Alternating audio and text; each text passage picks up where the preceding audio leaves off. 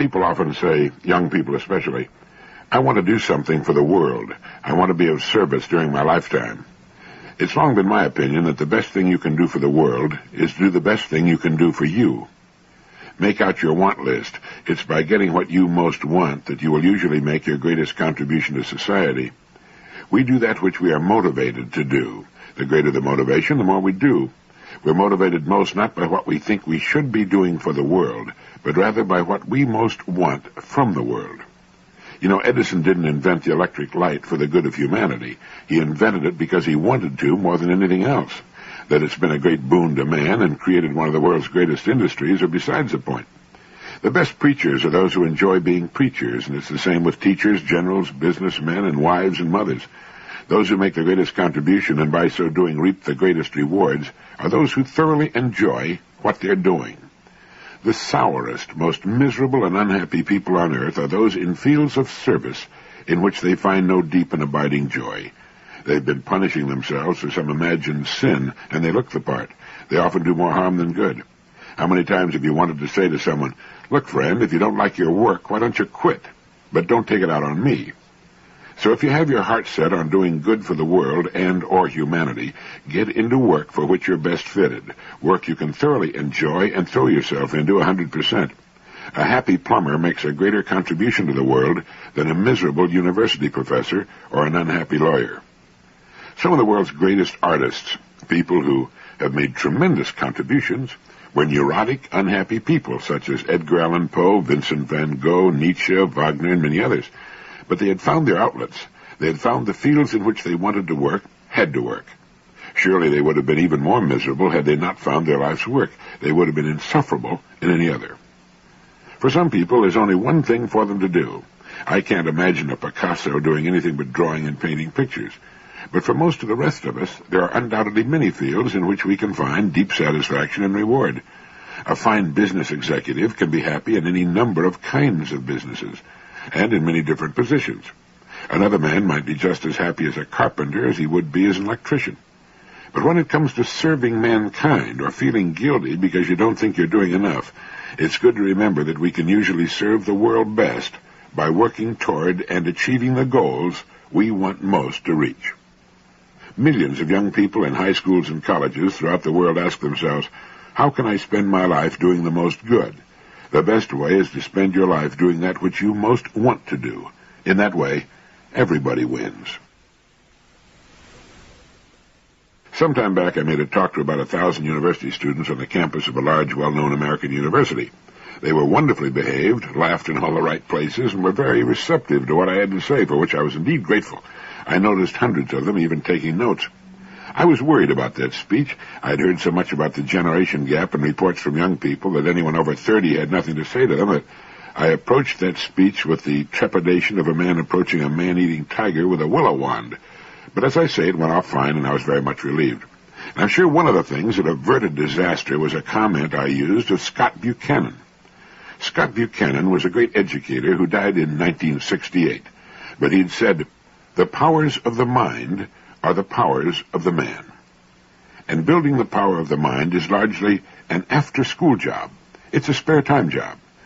This is why developing the powers of the mind are not necessarily dependent on a formal education. A good liberal education is the best start if you're lucky enough to get one. A good base of English, world history, world literature, and math are fundamental to developing the real powers of the mind, the very subject so many young people dread and work so hard to avoid.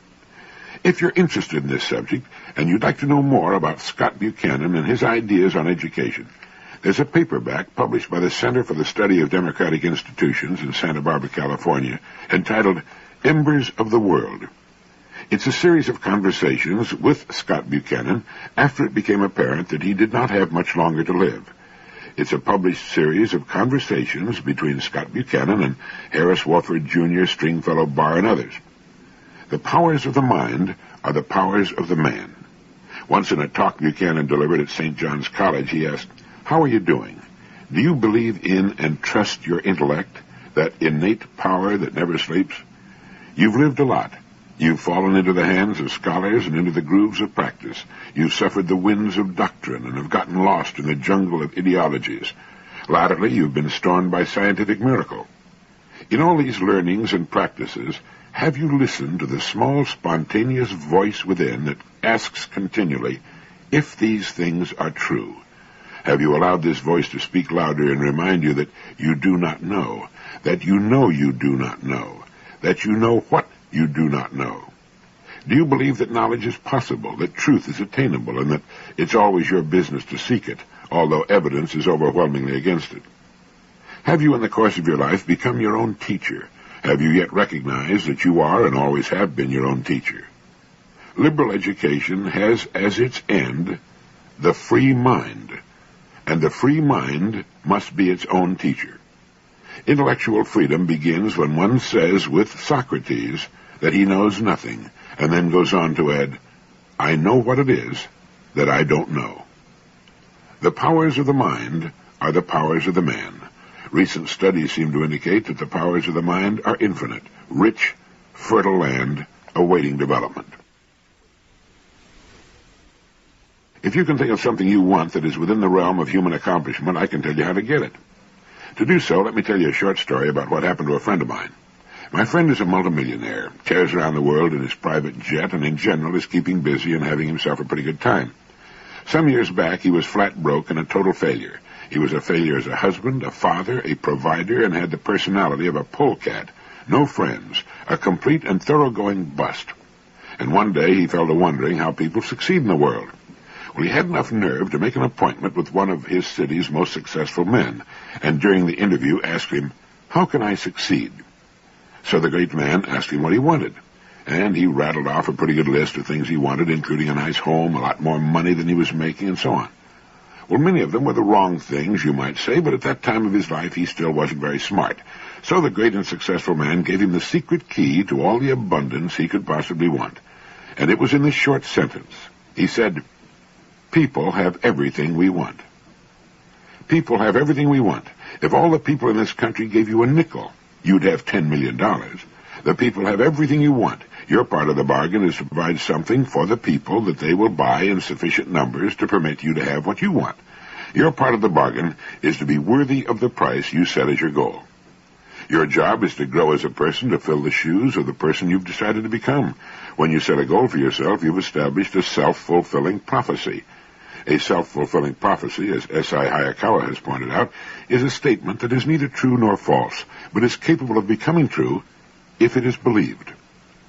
Reaching your material goals will not mean that you're a nice guy, or that your wife and kids will like you, or that you'll be popular or intelligent or interesting. But you'll have that house and that money and anything else you want that money can buy. And if you're really smart, you'll develop at the same time the things that money cannot buy, things like humility, love of your fellow man, and that includes the wife and kids and the neighbors and so on. But as I said in the beginning, if you can think of something you want that is within the realm of human accomplishment, I can tell you how to get it. First, decide definitely upon what it is you want. With that fixed in your mind, you must then come up with the plan for providing something from within yourself, your mind and body, that will be valuable enough to people so that they'll give you what you want in return for it. They'll pay you any price. But the requirement remains the same. Your part of the bargain is to fulfill the other part. It's not particularly easy, nor is it particularly difficult. It simply must be done. How are you doing in the idea department? Do you have an idea file, a place to keep your ideas? When's the last time you wrote down a good idea? It doesn't have to be a new idea, you know. Just a little better. Back in the 15th century, there lived a great scholar of the Italian Renaissance. His name was Count Giovanni Pico della Mirandola, and he was brilliant in virtually all fields: logic, ethics, theology, mathematics, Kabbalistic lore, physics. He'd studied Hebrew and Arabic. Like many of the noblemen of his day, he died from poison. It was handed to him by his secretary. There has to be a moral there someplace. But it was about something he wrote that I mention him. He wrote in an essay called The Dignity of Man that a man can choose to be anything. He can partake in, become a part of, anything he wants to. He can become a beast. He can become a god. He can do anything. Now here's writing from the Renaissance, from the 15th century, that could have been written by Sartre, Camus, or yesterday by a modern existentialist. This thought keeps reappearing throughout all of the writings of man. It's a perennial philosophy that runs through most religious thought as well. It states that we become what we choose to become, whether we realize it or not. My son used to love to watch a television program in which contestants would win a prize and then be given the choice of keeping the prize they had won or taking a chance by trading it for a prize that was hidden behind a curtain. The prize behind the curtain might be many times as valuable as the one they had, but then again it might be worthless.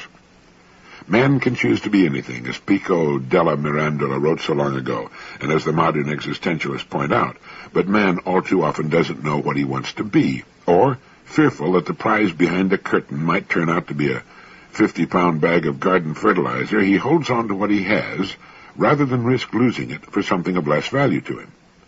Often fearful and not aware of his real powers, living far below his true capacities, he plays for small stakes, not realizing that he holds all the cards. Or, as Huxley once put it, it's like that chess game in which our opponent is perfectly fair and would rather we win, but does insist upon our learning at least the rules of the game, for if we make mistakes, we are checkmated, without haste, but without remorse. When you come to understand something like this, it makes you sit down thoughtfully and ask yourself, what is it I want to become, or what is it that I want to become next?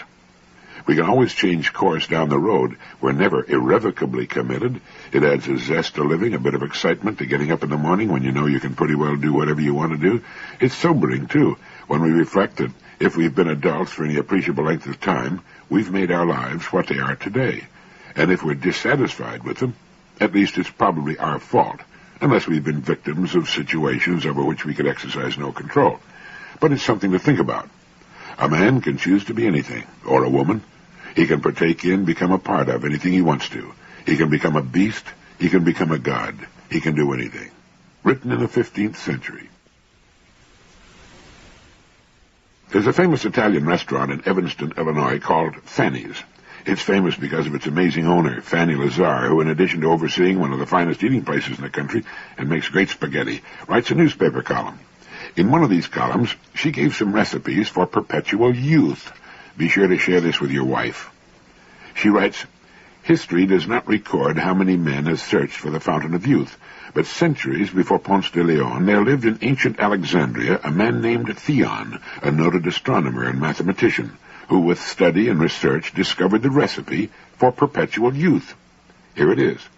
A good appetite and a good night's sleep, said Theon, for which nature demands the payment of vigorous physical and deep-breathing exercises, plus bathing in icy cold water every day of one's life.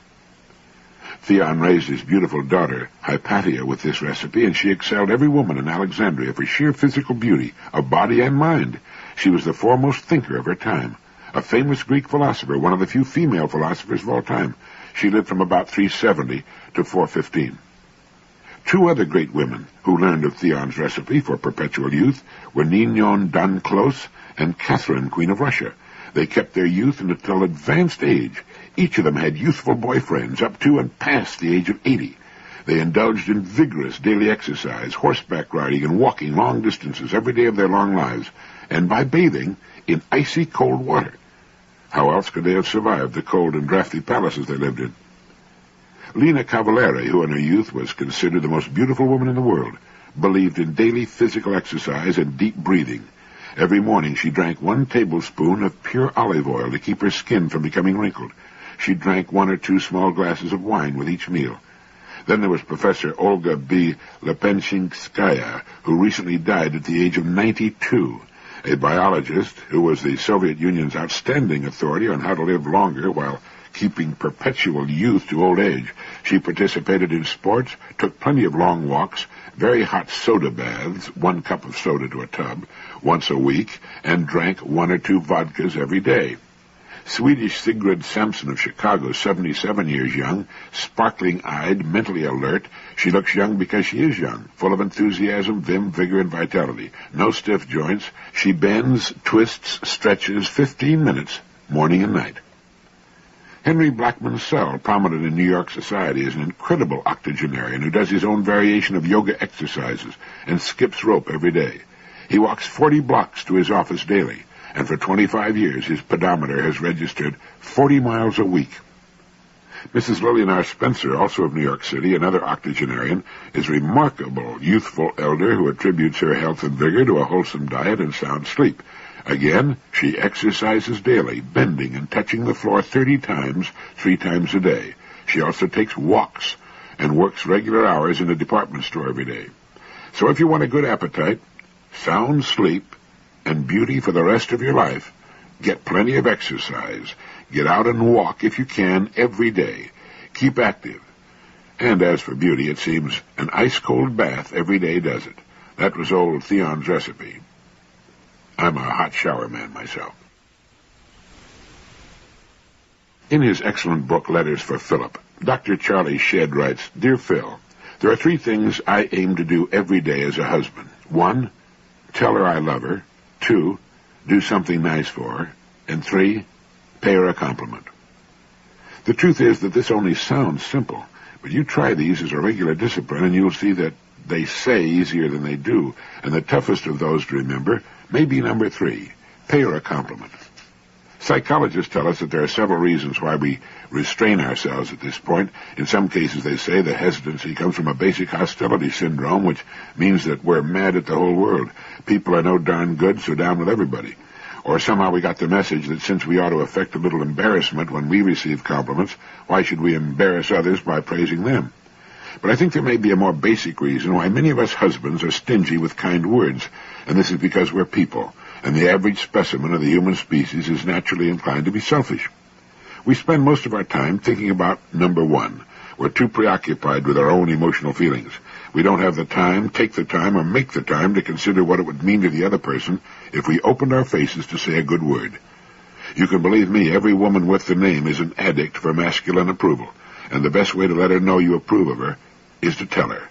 There are all kinds of other ways to get the job done, but from the feminine point of view, voicing your likes is one of the nicest. You see, she has many needs, but one of her greatest is to please you. If things are normal at your house, chances are good that she's thinking of you more than you're thinking of her. This is why, if you give her some pleasant things to think about, you're doing a good thing for you and for your future together. The Bible says, as a man thinketh in his heart, so is he. Well, this also goes for a woman. If you give her a lovely idea of herself, that's what she'll try to become. This is why it makes so much difference what you're telling her. The time finally arrives when she accepts your estimate of her as an estimate of herself. I've seen many an ordinary-looking woman grow into a lovely thing because her husband told her she was lovely. I regret to report that I've also seen some truly gorgeous women gradually fade away because they were no longer inspired from the one source that mattered most to them. All of which leads up to 6 very important words. If you like it, say so. Find something about her to compliment every day. Her voice, her face, her figure, her legs, the slope of her shoulders, the way she walks, her cooking, and the best compliment of all is to tell her, you just go on getting better all the time. A wife will come across town, across the house, across your point of view, and across almost anything, to give you her love if you offer her yours with some honest approval. If you know some young man who's planning to get married, or someone who's already married but hasn't mastered the art, get him the book Letters to Philip by Dr. Charlie Shedd. It's published by Doubleday. The distinguished Harvard professor, author, and researcher into achievement motivation, Dr. David C. McClellan, has posed the question, what accounts for the rise in civilization? Not external resources, that is, markets, minerals, trade routes, or factories, but the entrepreneurial spirit which exploits those resources, a spirit found most often among businessmen. Who is ultimately responsible for the pace of economic growth in poor countries today? Not the economic planners or the politicians, but the executives whose drive or lack of it will determine whether the goals of the planners are fulfilled. Incidentally, if you don't have it, you should get David McClellan's book, The Achieving Society. He says, since I'm an egghead from way back, nothing surprises me more than finding myself rescuing the businessman from the academic trash heap, dusting him off, and trying to give him the intellectual respectability that he's had a hard time maintaining for the last 50 years or so. For the fact is that the businessman has taken a beating, not just from the Marxists, who pictured him as a greedy capitalist, and the social critics who held him responsible for the Great Depression of the 30s, but even from himself, deep in his heart. One of the queerest ironies of history, as John Kenneth Galbraith points out in The Affluent Society, is that in a sense Marx won his case with his sworn enemies, the capitalists. Marx loudly asserted that they were selfish and interested only in profits. In the end, many agreed. They accepted the Marxist materialistic view of history. The modern businessman, says Galbraith, suspects that the moral crusade of reformers, do-gooders, liberal politicians, and public servants, all their noble protestations notwithstanding, are based ultimately on self-interest. What, he inquires, is their gimmick? Well, if not only the Marxists, but Western economists and even businessmen themselves end up assuming that their main motive is self-interest and a quest for profit, it is small wonder that they've had a hard time holding their heads high in recent years. But now the research Dr. McClellan has done has come to the businessman's rescue by showing that everyone has been wrong, that it is not profit per se that makes the businessman tick. Instead, it's a strong desire for achievement, for doing a good job. Profit is simply one measure among several of how well a job's been done, but it's not necessarily the goal itself. The same kind of person who matriculates to leadership in business may be found leading in other fields, too. He's the kind of person who spends his time thinking about doing things better. He has a basic concern for achievement. The secret lies in what a person spends his time thinking and daydreaming about when he is not under pressure to think about anything in particular. What do his thoughts turn to when he's not under pressure? It is not the drive for more and more profits that drives the businessman and is responsible for the rise of civilization. It's the achievement goal, the desire for achievement. Let me draw you a little picture. A housewife sits at her kitchen table. The kids are in school. The husband's at work. Outside it's raining. She sips her tepid coffee and turns the pages of a magazine. In the magazine is a picture of a striking woman sitting by the pool of her palatial home. The sun is shining. There are flowers and carefully trimmed hedges, and a child is swimming in the pool. Suddenly the housewife stares at her rain-spattered kitchen window and thinks, if I had what she's got, I'd be happy. Happiness. The state of being happy is one of the world's most interesting subjects. It's so interesting because the state of happiness has nothing whatever to do with environment. A world-famous entertainer steps out of his private jet at the Los Angeles airport and is, at that moment, less happy than the man who will now refuel the airplane. Another time, the entertainer will be happier. But the rich woman in the magazine sitting by her pool in the lovely setting is not by any means happier than the woman in the kitchen with the rain coming down outside. Happiness is never a respecter of persons, high or low, queen or charwoman, rich or poor, white, black, or anywhere in between.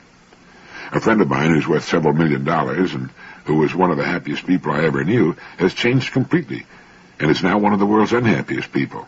Not because he's a millionaire, but because all the fun's gone out of his life. Happiness is a byproduct of direction.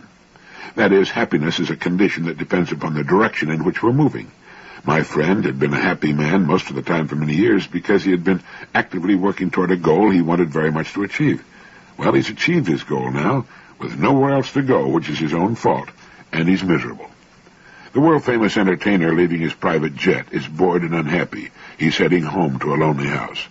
The young man servicing the jet plane has a date that night with a girl he's in love with. He's in a state of euphoria. The woman sitting by the pool with the beautiful home may well be quite happy at the time the picture's taken. She's delighted that she and her friends will soon see her and her home in a national publication. While our housewife, her family scattered to work and school, faces the prospect of a lonely day of laundry, cleaning, and cooking, and besides, it's raining outside.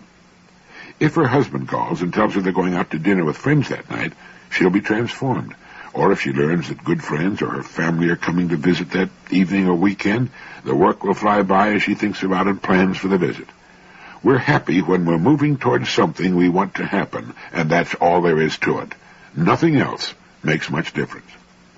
The person or family that's working toward goals, priorities that are not too distant to be exciting, will tend to be happier than the person or family without them.